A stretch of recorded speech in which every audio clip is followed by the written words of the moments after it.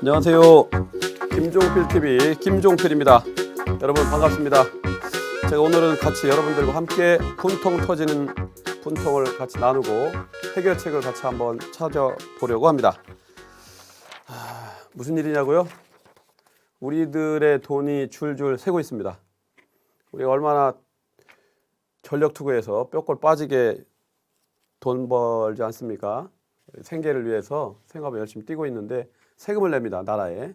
또 공동체를 위해서 세금을 납세를 하는데 우리들의 그 피 같은 돈이 마구 허투루 줄줄 새고 있다는 겁니다.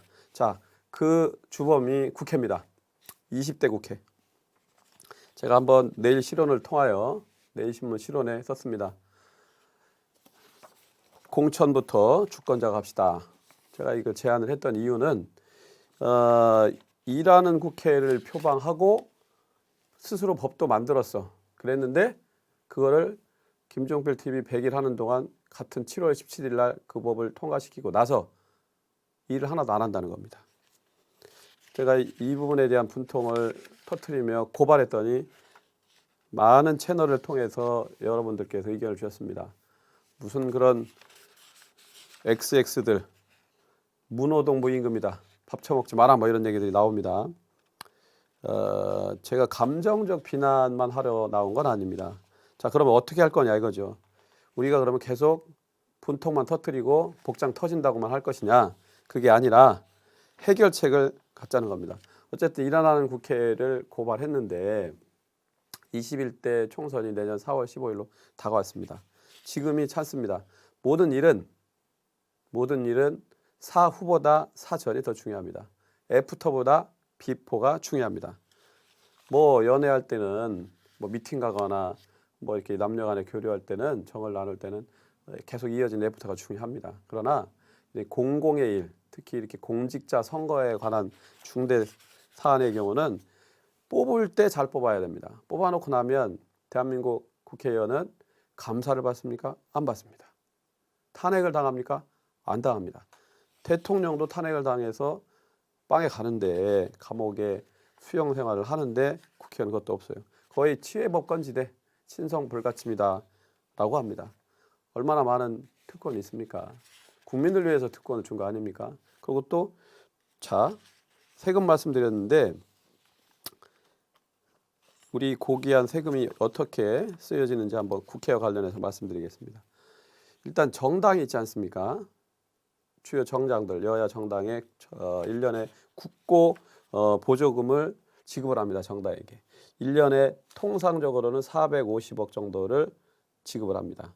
선거가 있는 애는 곱하기 2입니다. 대략 900억에서 1000억 정도가 우리의 세금으로 정당 활동을 보조합니다. 이게 저는 세고 있다고 제가 아까 강조한 이유입니다.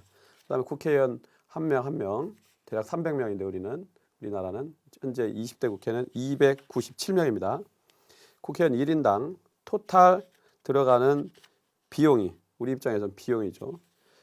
이른바 세비, 그다음에 보좌진들이 있습니다. 의정활동을 보좌하는 보좌진들의 인건비 등 또 경상비도 있고 또 정책개발이라고 하는 명의의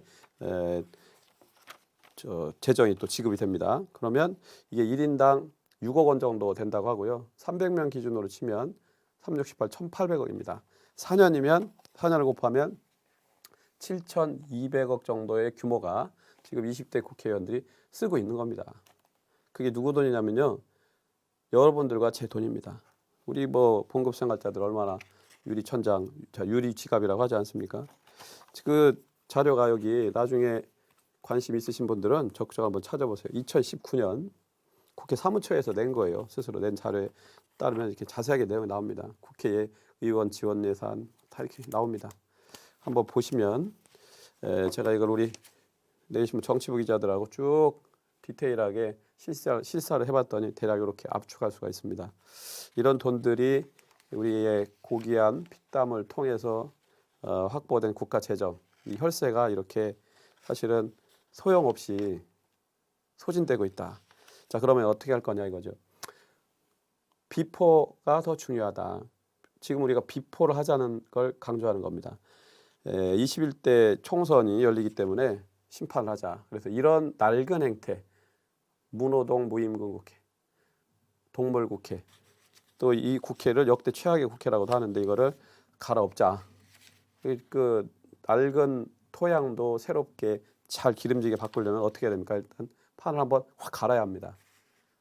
농기구를 쓰든 뭐 해서도 하는 거 아닙니까? 한국 정치도 갈아엎자. 이게 제가 여러분께 강력하게 어필하고 싶은 제 소견입니다. 제가 이제 그 전국에 다니면서 이 지역 저 지역의 민심을 들어보니까 들었던 얘기 중에 한 말씀만 공유해 볼까요? 현재 존립하고 있는 한국의 정당들에 대해서 국민들은 대체적으로 이런 여론을 갖고 있었습니다. 자, 전체 국회의원은 정당별로 분포들을 보면 297명 중에 더불어민주당은 129석인데 더불어민주당 민주 없다. 이렇게 냉소합니다. 자유한국당 여기는 110명이 있어요. 자유한국당인데 자유가 없다. 또 바른미래당은 미래가 없다.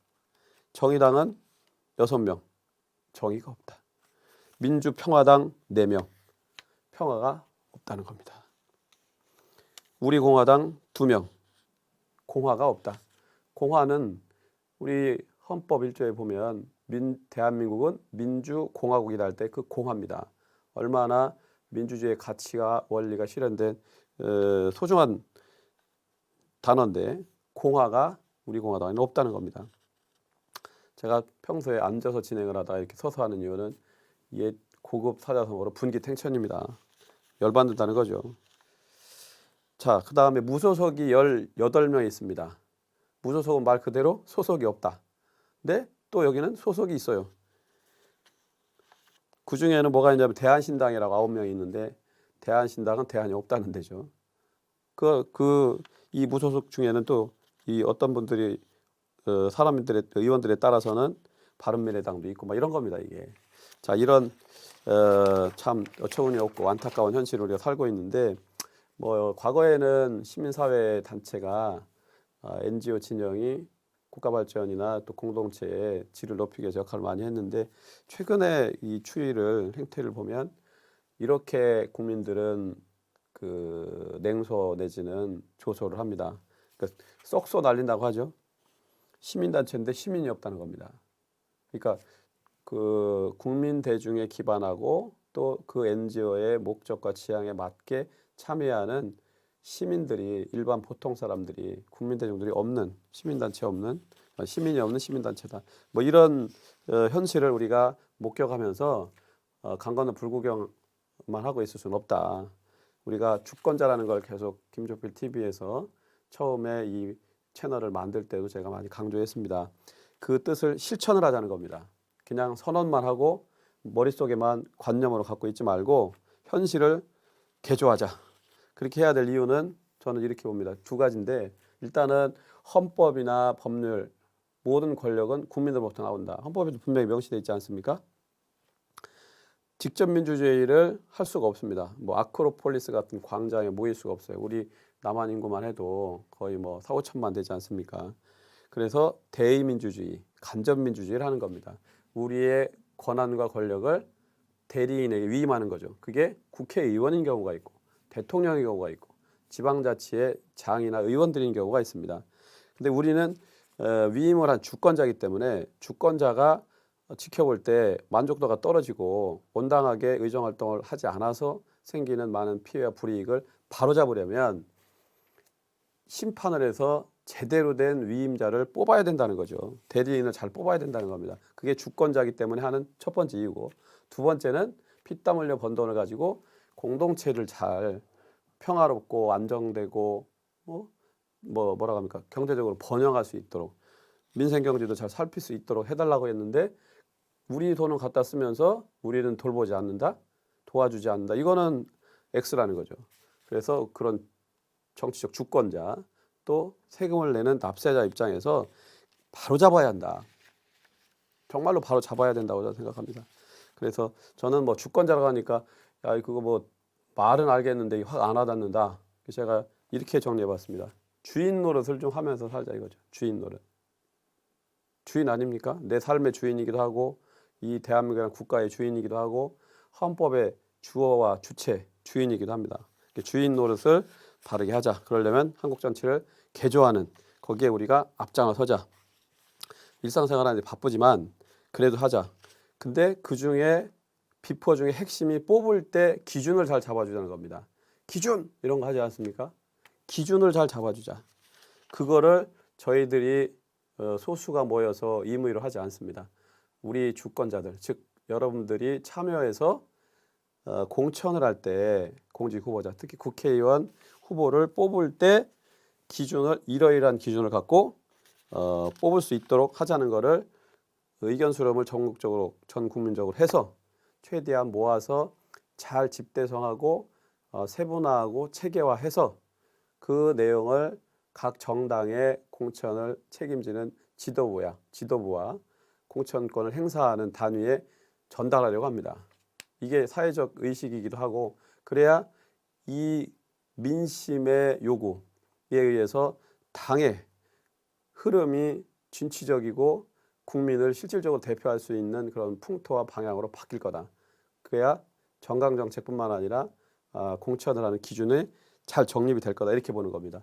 민심의 힘으로 추동을 해서 당의 흐름, 당심을 바꾸고 최고 권력자가 또 공천권의 과거와 같은 사천, 자기 계파, 또 자기 세력 여기를 유지시키고 키우려고 하는 이런 사천을 막아낼 수가 있다고 보는 거죠.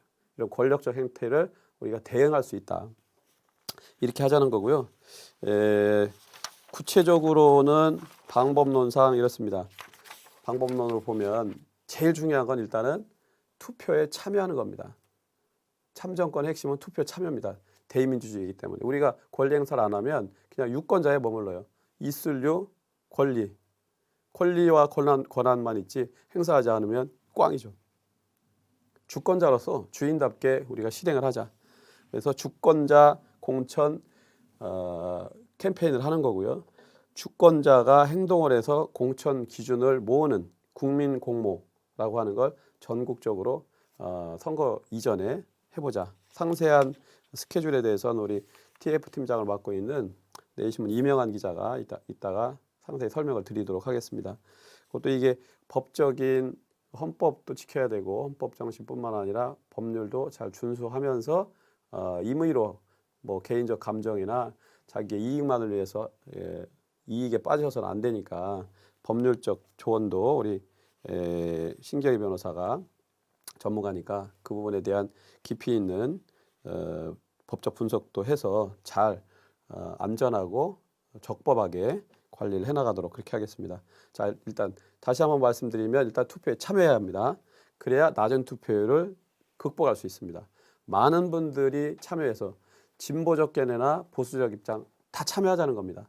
저는 진보 보수보다 중요한 것은 국민 대다수의 총의가 반영된 국회의원을 선출해서 그들이 우리에게 적절하게 말하자면 법적 서비스, 국가가 의회가 줄 수 있는 서비스를 실행을 잘 하라는 겁니다. 주권자 운동 실천 7개명 그걸 다시 한번 환기시키면서 여러분들 참여해 주셨으면 좋겠고 구체적으로는 두 가지 방식입니다. 파지티브와 네거티브가 있습니다. 과거에 그 2000년대 초반에 있었던 국회의원 선거 당시 낙선 운동을 캠페인을 합니다. 시민사회 진영이 전부 결속을 해서 그래서 많은 정치 발전에 쇄신에 기여한 바도 있습니다. 뭐 한계와 오류도 부분적으로 있었지만 역사 발전에 한국 정치의 혁신에 기여한 바가 있어서 저희도 그런 맥락은 계승 발전하겠습니다. 그러나 파지티브 방식만이 아니라 파지티브, 네거티브 같이 병행하겠습니다. 그래서 정치 혁신 분야, 민생 경제 발전 분야, 뭐 개혁 입법 분야 이런 부분들에 대해서 저희가 각계 전문가들과 소통하고 또 우리 내일신문 26년 쌓아온 정치적 컨텐츠를 기반으로 전체적으로 재정립해서 저희가 김종필 TV의 그 커뮤니티라고 하는 메뉴가 있습니다. 그 유튜브는 다른 뭐 SNS와 달리 그 채널을 통해서 실시간으로 말하자면 독자들과 다이렉트로 소통을 할 수 있습니다. 거기다 크게 대분류해서 가이드라인을 파지티브 뭐 예를 들면 개혁 입법에 적극적으로 앞선 사람 여기에 저희가 조금 포괄적으로 예시를 할 테니까 동의하시면 동의하신다고 댓글을 달아주셔도 좋고 또 구체적으로 예를 들면 민생 경제 분야에서도 서민들의 삶과 또 여러분들의 직결된 내용들을 구체적으로 거기다가 써주시면 다 전체적으로 총화해서 그거를 잘 체계적으로 정리해서 전달하도록 그것도 우리가 공유하도록 그렇게 하겠습니다. 또 네거티브한 측면은 요즘 많이 내로남불 얘기도 많이 있었는데 우리 자녀들의 입시, 취업 이런 거에 반칙행위, 뭐 특혜라든가 이런 특권을 행사한 인사들은 절대 공천하지 않도록 배제하는 이런 게 필요하겠죠. 이거를 네거티브와 포지티브로 나눠서 올려놓을 테니까 댓글을 달아주시고 적극적 의견을 내주시면 최대한 다 반영하도록 그렇게 할 계획입니다. 그렇고 이 자료를 한번 살펴보시면 여기 클로즈업을 한번 부탁드릴게요. 여기 21대 국회의원 선거에 관한 주요 일정들이 나와 있습니다. 저는 이 부분만 일단 강조할게요. 12월 17일 날 전체 일정이 있습니다. 우리 멋대로 하는 게 아니니까 17일 날 일정이 이때 예비 후보자 내년에 공직 후보 즉 국회의원이 되려는 분들이 예비 후보 등록을 시작을 합니다. 그러니까 그 전에 우리가 적절한 분들이 스스로 빠지고 그러니까 적절한 분들이 참여할 수 있도록 하는 흐름을 만들어야 되니까 12월 10일 그때까지 저희가 일단 모으도록 하고요. 그 이후에 또 후보자를 정식으로 등록을 하면 우리의 의견이 얼마나 잘 반영됐는지를 판단해보고 우리가 심판을 또 해야겠죠. 아니면 아닌 대로 뭐 예를 들면 합법적 범위 내에서 우리가 그들을 반대하거나 그들이 참여하는 어떤 이런 흐름들을 대응하는 이런 차단하는 노력을 갖도록 그렇게 하겠습니다. 보시고 다음에 스케줄과 법적 대응에 관해서 여러분들에게 같이 안내를 해줄 이명환 기자와 우리 또 신경희 변호사를 앞으로 모시겠습니다. 나와주세요. 예. 우리 신경희 변호사는 뭐 법적 지식이나 어떤 국민 변호사라고 제가 하자고 그랬는데 너무 겸손해서 그건 안 하고요. 공주 변호사라고 하기로 했습니다. 공주님이냐고요? 공주 사대복을 나와가지고 제가 그랬더니 예. 의외로 괜찮죠 공주 변호사? 아, 예, 괜찮습니다. 예. 네. 왕자 변호사는 또 아니고 왕비인가? 예. 자 신경희 변호사한테 이따 설명을 한번 듣도록 하고요. 먼저 큰 흐름의 일정은 제가 간단히 짚었는데 타임 스케줄 역산해서 한번 소개 좀 해주세요, 이명환 기자. 우리 이번 주권자공천 국민공모의 TF 팀장을 맡고 있습니다. 과거에 또 청와대 출입도 한 3년 가까이 했나요, 그죠? 했고 지역에서도 오랫동안 취재 활동을 해서 유권자들의 민심 파악도 잘하고 지역 활동도 많이 해봤기 때문에 적절한 팀장이라고 우주에서 연락이 왔습니다. 고맙습니다. 21대 총선은 2020년 4월 15일 날 실시가 되는데요. 이게 이제 지금 선거법 하에서 치러진다면 이제 300명을 새로 선출을 하게 되는데 네. 말씀하셨던 것처럼 이게 이제 누구나 다 앞으로는 다 잘한다고 얘기하지 않습니까? 그렇죠. 그런데 지금까지 어떻게 해왔는지 그걸 가지고 사실은 우리가 주로 평가를 하기 때문에 앞으로는 누구나 다 잘한다고 하니까 결국은 과거에 어떻게 살아왔으며 어떤 생각을 갖고 있는지 이른바 정치 내신을 우리가 좀 제대로 평가를 해보자. 그 표현 와닿는데요. 저희가 리허설 한번 하고 했더니 뭐 사실 사고가 살짝 났어요. 네. 그거를 지금 이제 저희들은 어쨌든 평가하는 시간과 이런 네. 계획들을 좀 세우고 있는데 4월 15일 투표일부터 거꾸로 네. 역산을 해서 선거일 전 120일 아까 말씀하셨던 것처럼 12월 17일이 예비 후보자 등록. 예비 후보자들. 그러니까 선거에 나설 각 정당의 경선이라든가 여기에 참여할 의사가 있는 사람들이 공식적으로 그러니까 공식 선거운동 기간 전에 선거운동을 할 수 있는 그 제도적 장치가 바로 예비 후보 등록이거든요. 그러니까 이 예비 후보를 등록을 하고 뭐 일정 부분의 제약이 있긴 합니다만 예전에 비해서는 많이 풀렸어요. 그래서 선거운동을 할 수 있는 기간이 이때부터 시작이 된다. 이렇게 보면 되고요. 그 다음에 이제 선거에 나설 분들이 공직이라든가 여기 계신 분들이 현재 직을 사직을 해야 되는 상황이 생깁니다. 그렇죠. 이게 이제 1월 뭐 청와대나 16일까지입니다. 정보부처 그죠? 그렇습니다. 공직에 있는 분들. 예. 그러니까 뭐 공직에 있는 사람이 선거운동도 하고 본인의 공직도 유지하고 이러면은 이 불공정이잖아요. 그거는 이걸 막기 불공정 위한 최소한의 장치입니다. 파렴치한이죠. 물론 법적으로 할 수도 뭐 없고요. 예. 뒤로 알아서 하시는 분들은 적잖게 있는데 예. 아무튼 지금 법은 그렇게 돼 있고요. 그 다음에 이제 후보자 등록이 3월 26일부터 27일까지 진행이 되는데 예. 그럼 말씀드린 것처럼 한 3달 이상의 중간에 기간이 있지 않습니까?